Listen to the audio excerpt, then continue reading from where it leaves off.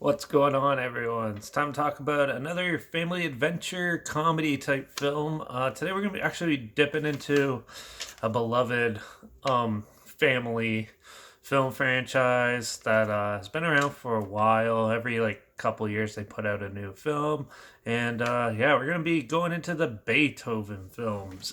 The Saint Bernard, not the composer.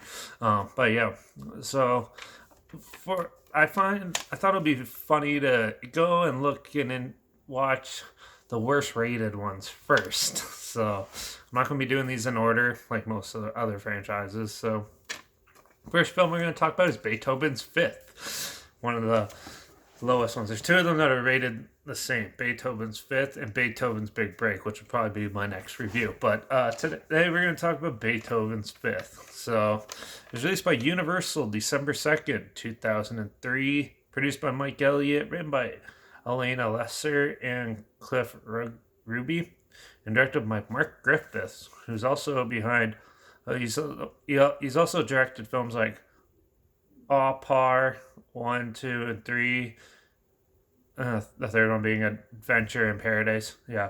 Um, a Nearly Weds, uh, Hard Hard Bodies 1 and 2, and Ultraviolet, to name a few films that he's done.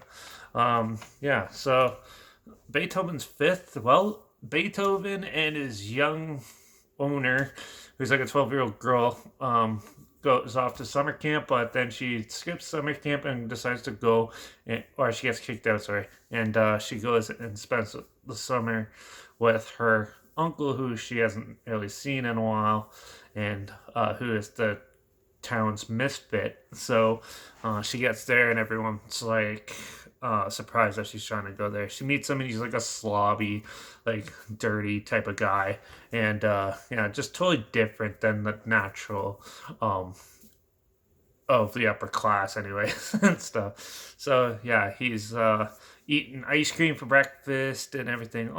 Everything a kid wants, and this girl's just like, "What are you doing?" And then Beethoven's just like there, eating everything like normal and stuff. And she becomes friends with a young kid in the town, and they start hanging out. And then you get to know all the characters in the town through this friendship.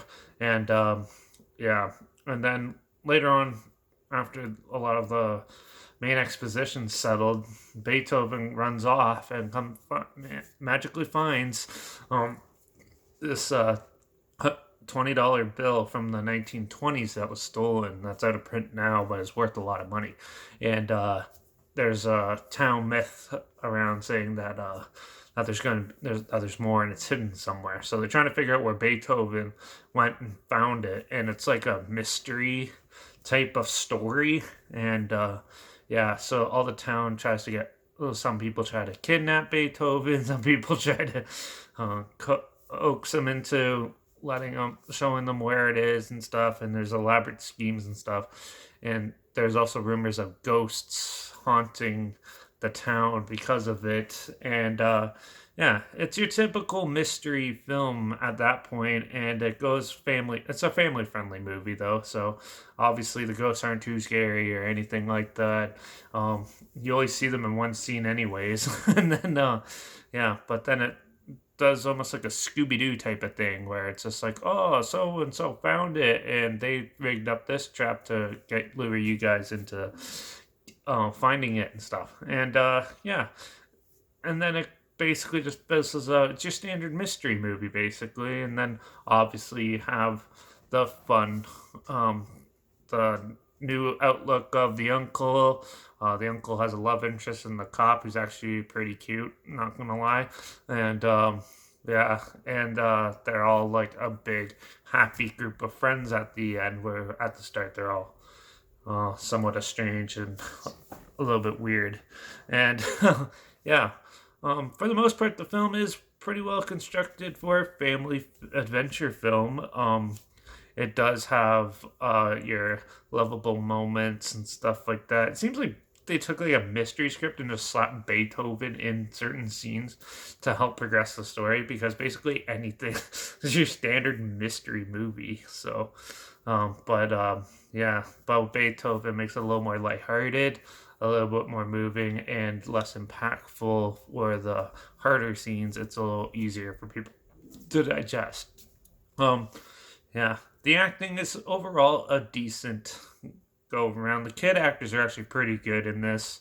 Um, Majority of the actors are pretty good, except for the store clerk, who the lead girl, tries to buy lip gloss from. She overacts to the max in this movie. Not the girl, but the store clerk chick. And you see her a couple times, and holy, she's annoying. I was so annoyed with that character. I'm like, I wouldn't even continue on with it. I almost turned the film off. It was so bad. But yeah, that's the biggest down point of the acting. But also, there's a huge flaw in, I think, the cinematography. Now, it's well lit, and the set design and everything's really well done. Except cinematographer, for some reason, I think it's supposed to be from a child's perspective or the dog's perspective as well, because in certain scenes when they're talking, it's basically like this. You always see their mouths, like the way I'm sitting right now. And how can you film a proper conversation like that? Like, they should be back. You should have like this, just like this, and then cuts in between, which they do that. But all the adults talk like this, or it's like somewhat like this, or they're half cut off. It could just be the transfer I have though, but I doubt that, because all the other, this is in the combo pack, 8 film combo pack thing, and yeah, all the other ones are like normal. So I think it's the cinematography, and that was a pretty big letdown, because it's very confusing watching a movie where you only see half a person's face. You can't even tell their facial expressions. So yeah.